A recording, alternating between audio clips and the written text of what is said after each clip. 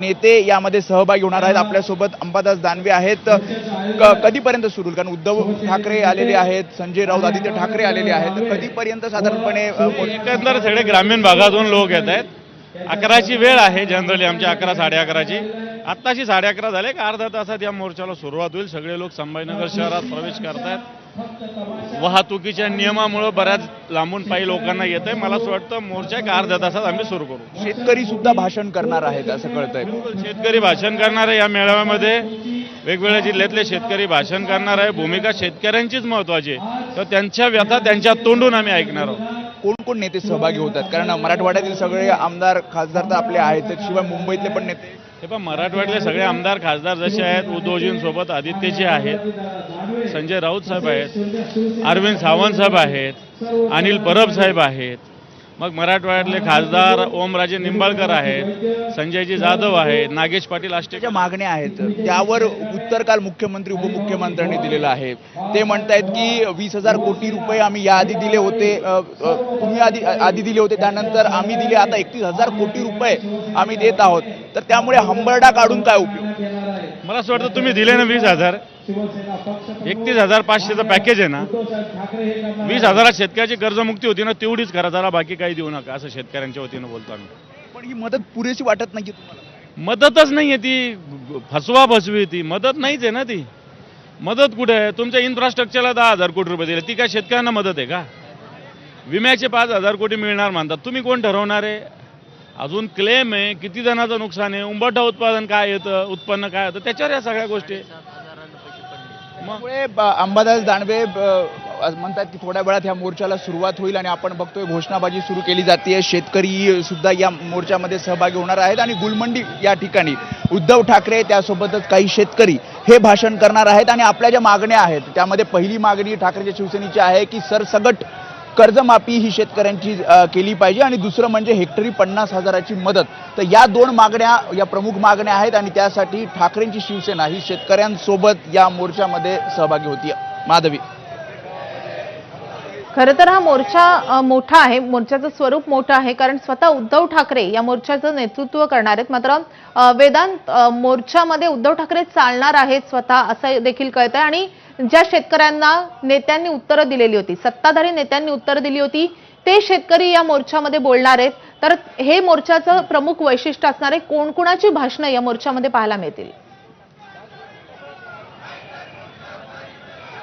जी माहिती आपण घेतली आहे, धाराशिव असेल, बीड असेल, त्या ठिकाणचे शेतकरी हे थोड्या वेळात इथे येतील आणि मुख्यमंत्री उपमुख्यमंत्री त्यासोबतच उद्धव ठाकरे जेव्हा मराठवाड्या दौऱ्यावर होते, पूरग्रस्त शेतकऱ्यांशी ते चर्चा करत होते आणि त्यावेळी ज्यांनी संवाद मुख्यमंत्री उपमुख्यमंत्री साधला ते शेतकरी आपली व्यथा, आपलं मनोगत या सगळ्या आंदोलनादरम्यान, या मोर्चा दरम्यान मांडणार आहेत।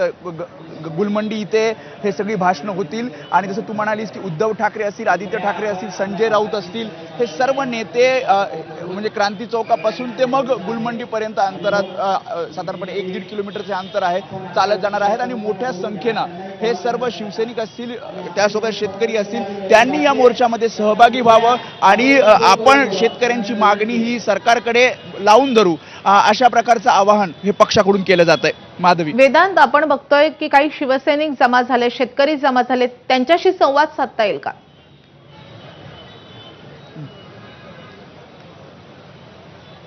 नक्कीच आपण बघतोय विनोद घोसाळकर आहेत।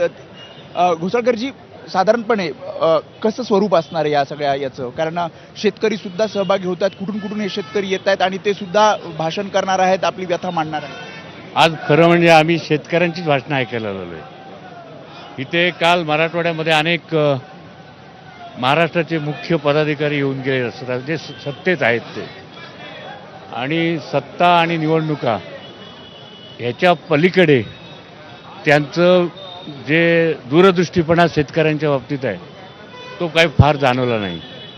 ते तर असं म्हणतात, उपमुख्यमंत्री म्हणतात की कितीदा हंबरडा फोडणार, आमदार पळून गेले तेव्हा हंबरडा फोडला, खुर्ची गेली तेव्हा हंबरडा फोडला आणि आता परत हंबरडा मोर्चा काढला। हा हंबरडा आम्ही शेतकऱ्यांसाठी सोडतोय।